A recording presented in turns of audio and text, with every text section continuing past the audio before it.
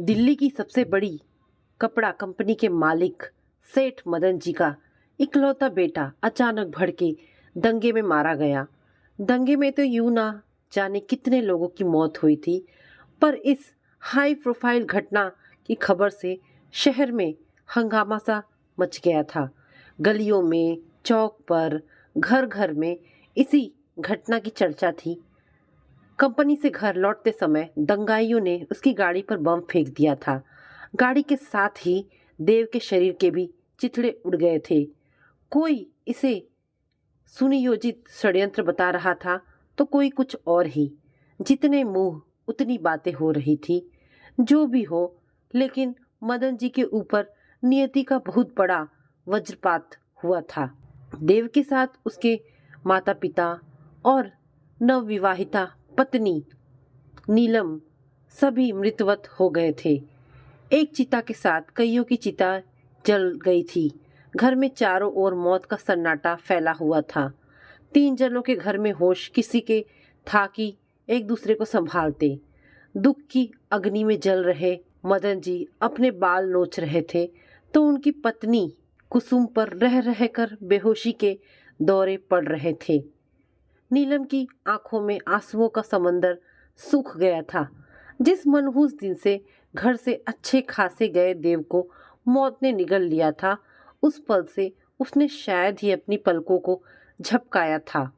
उसे तो यह भी नहीं पता कि देव के खंडित झुलसे शरीर का कब अंतिम संस्कार कर दिया गया था।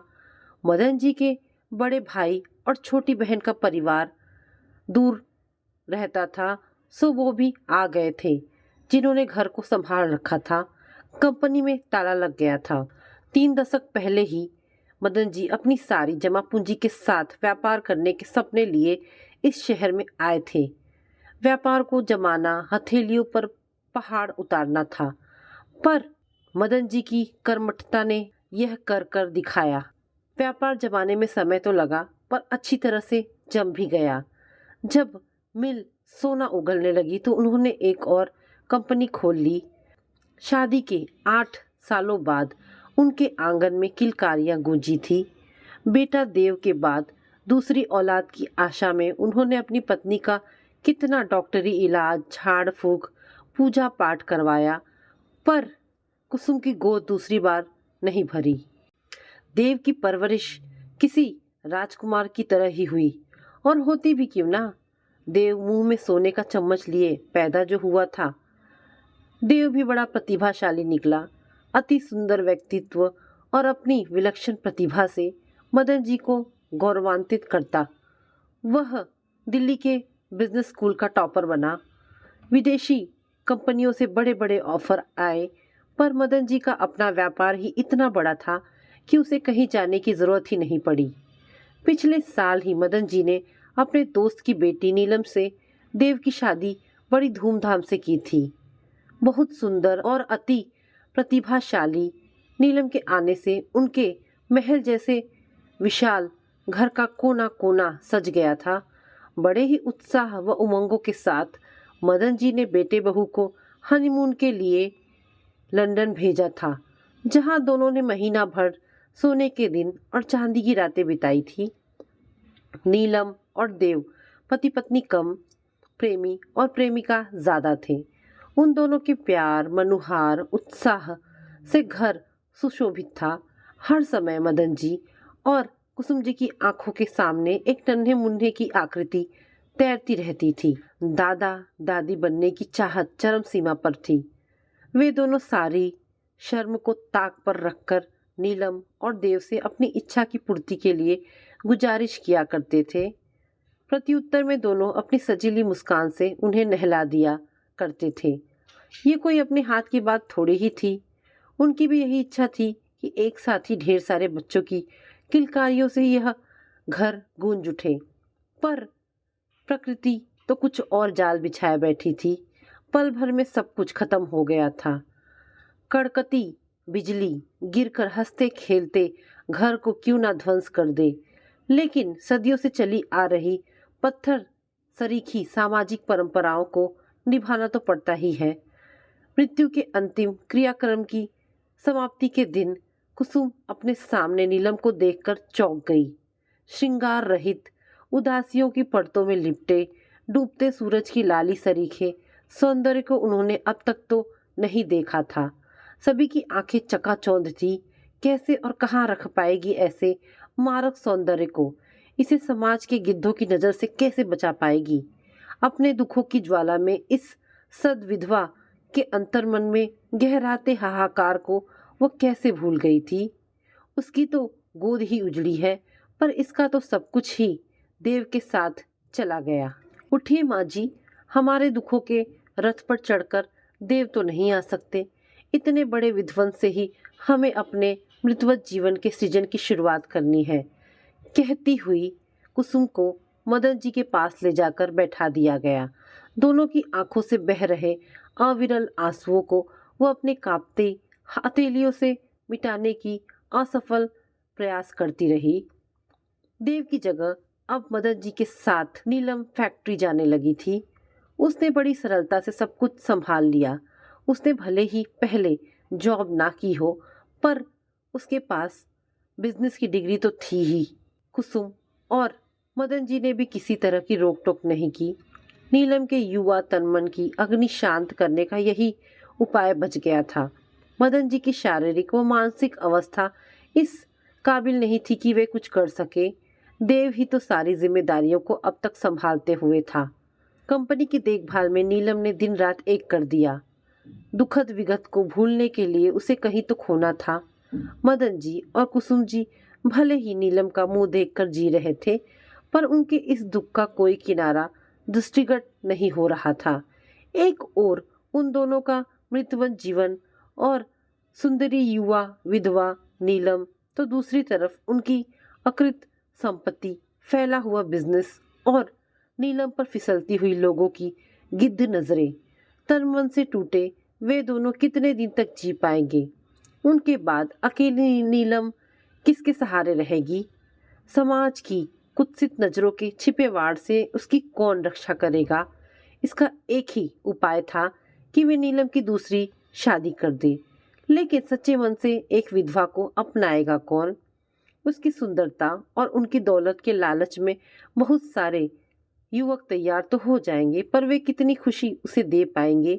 ये सोचते हुए उन्होंने भविष्य पर सब कुछ छोड़ दिया। अभी जख्म हरा है, सोचते हुए नीलम के दुखी मन को कुरेदना उन्होंने ठीक नहीं समझा। ऐसे ही समय बीत रहा था। न मिटने वाली उदासियों में जिंदगी का हल्का रंग प्रवेश करने लगा था।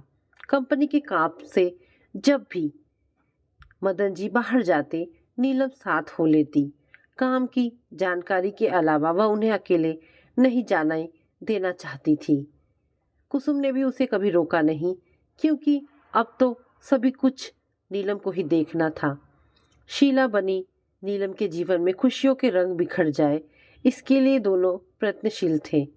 एक विधवा के लिए किसी सुयोग्य पात्र को ढूंढ लेना आसान भी नहीं था। कुसुम के भाई आए तो थे मातम पुरसी के लिए, पर नीलम के लिए अपने बेटे के लिए सहमति जताई तो दोनों ही बिदक पड़े। इनके कुविख्यात नाटे मोटे काले और बेवकूफ बेटे की कारगुजारियों से कौन अनजान था? पिछले साल ही पर्वतों की किसी नौकरानी की नाबालिग बेटी के बलात्कार के सिलसिले में पुलिस ने उसे गिरफ्तार किया था, पर सबूतों के अभाव में छूट गया था। इन लोगों की नज़र उनकी संपत्ति पर थी। इतना तो मदन जी और कुसुम जी समझ ही गए थे। अपने भाई की बात सुनकर कुसुम जी बहुत नाराज हुई, तो भाई ने भी अपना गरल उगल कर उनके जले हुए तन मन पर खूब नमक रगड़ा। हाँ तो कुसुम, तुम्हारी बहू कितनी भी सुंदर और काबिल क्यों ना हो, उस पर विधवा होने का ठप्पा तो लग ही चुका है। वह तो मैं ही था कि इसका उद्धार करने चला था, वरना इसकी औकात क्या है? साल भर के अंदर ही अपने पति को खा गई। वह तो यहाँ है इसलिए बच गई, वरना हमारे यहाँ तो ऐसी डायन को पहाड़ से ढकेल देते हैं। मैंने तो इसका भला चाहा, पर तुम्हें समझ में आए तब ना। जवानी की गर्मी जब जागेगी तो बाहर मुंह मराएगी। इससे तो अच्छा है कि घर की ही भोग्या रहे। कुसुम के भाई की असभ्यता पर मदन जी चीख उठे। अरे कोई है जो इस जानवर को मेरे घर से निकाले? इसकी इतनी हिम्मत है कि मेरी बहू के बारे में ऐसी घटिया बातें करे? कुसुम जी, आपने मुझसे पूछे बिना इसे कैसे बुला लिया? आपके भाइयों के परिवार की काली करतूतों से पर्वतों का चप्पा चप्पा वाकिफ है। मदन जी क्रोध के मारे कांप रहे थे। ना ना बहनोई साहब, मुझे निकलवाने की आवश्यकता नहीं है, मैं स्वयं चला जाऊंगा।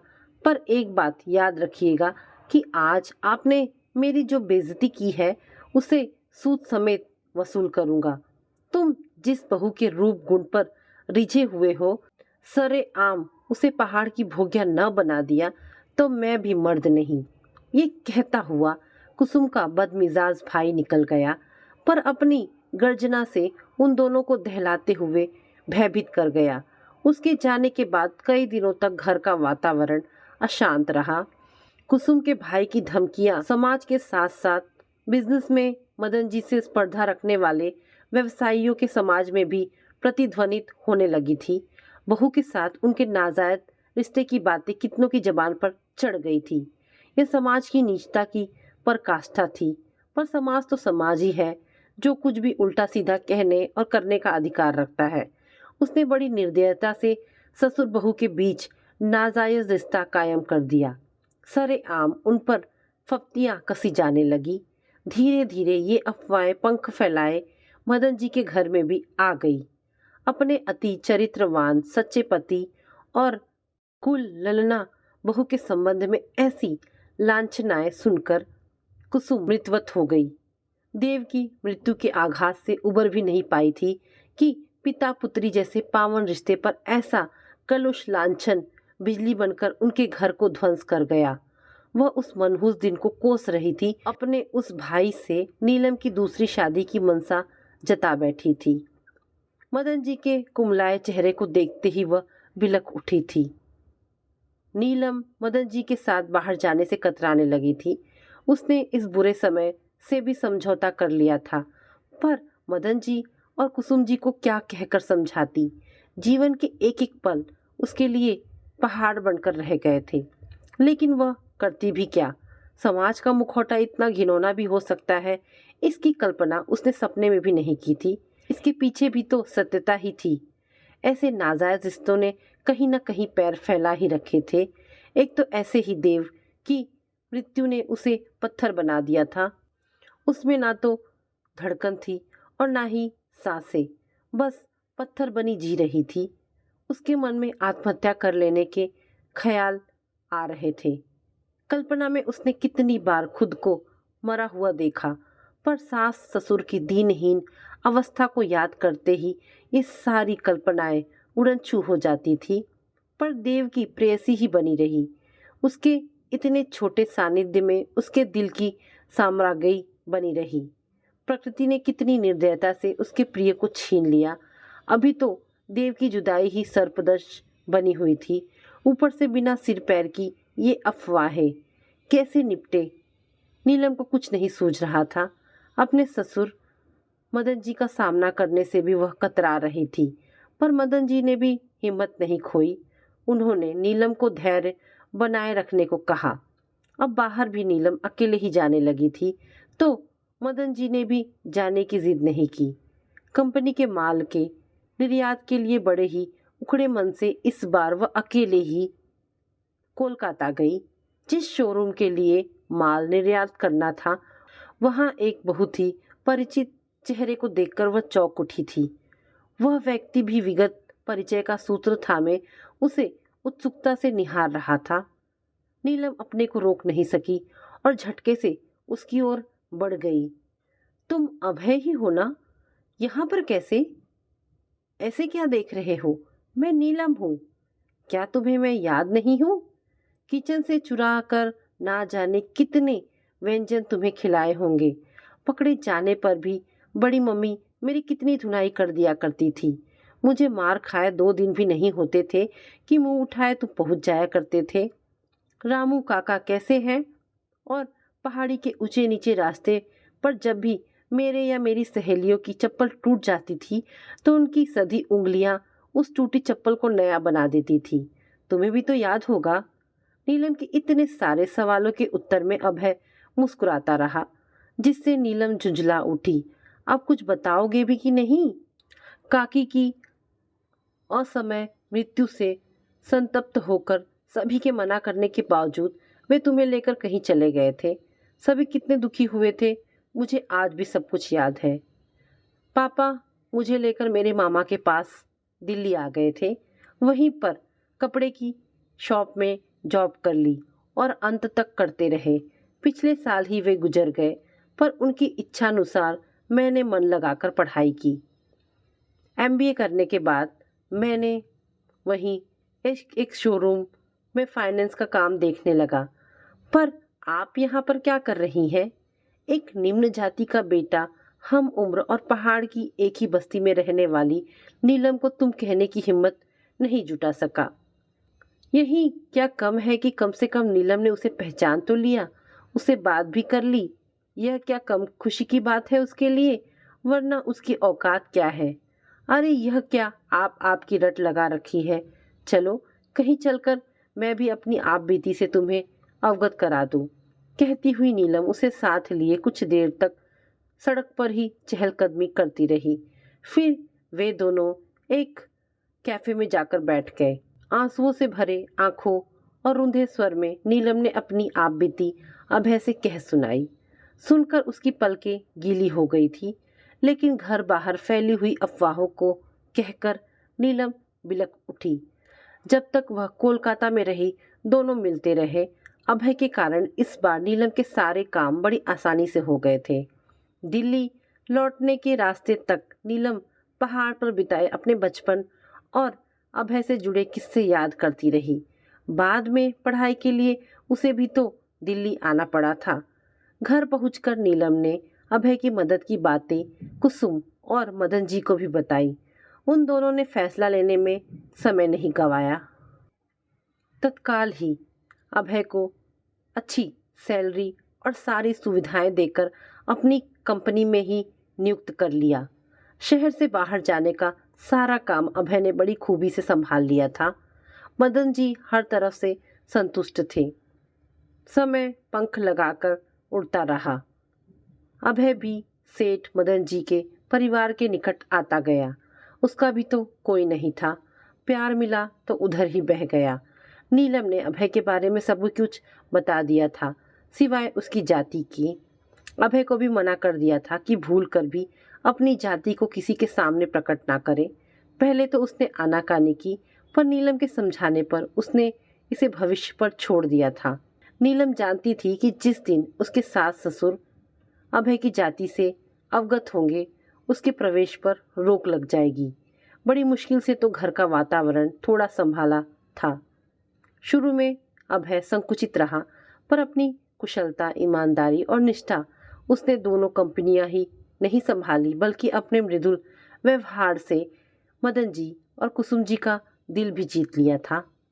अभय अब उनके कंपाउंड में बने गेस्ट हाउस में ही रहने लगा था। सारी परेशानियों का हल अभय ही बन गया था। मदन जी और कुसुम की आंखों में नीलम और अभय को लेकर कुछ दूसरे ही सपने सजने लगे थे, लेकिन नीलम की उदासीनता को देखकर वे आगे नहीं बढ़ पाते थे। उसने एक सहकर्मी से ज्यादा अभय को कभी कुछ समझा ही नहीं था। उसके पास एक दूरी तक ही नजदीकियां रखी थी। कई बार वह उन दोनों को समझा चुकी थी, पर मदन जी और कुसुम जी दिनों दिन अभय के साथ सारी दूरियों को मिटाते जा रहे थे। कभी लाड़ दुलाड़ से खाने के लिए रोक भी लिया तो नीलम उसका खाना बाहर ही भिजवा देती थी। अभय का मेलजोल भी यह क्रूर समाज स्वीकार नहीं कर सका। कोई ना कोई आक्षेप उनकी ओर उड़ाता ही रहा। आजीज आकर एक दिन कुसुम बड़े मान मनुहार के साथ नीलम से पूछी बैठी, अभय तुम्हें कैसा लगता है बेटी? हम दोनों को तो उसने मोह ही लिया है।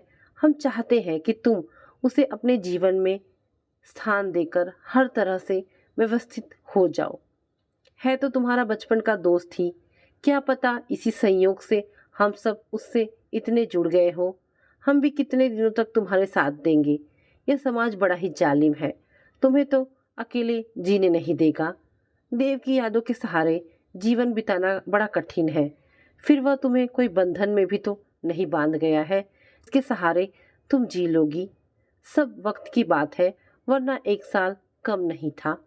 जवाब में नीलम कुछ देर उन्हें देखती रही, फिर बड़े ही सधे हुए स्वर में बोली, आप अभय को जानती हैं, पर उसकी पारिवारिक पृष्ठभूमि को नहीं।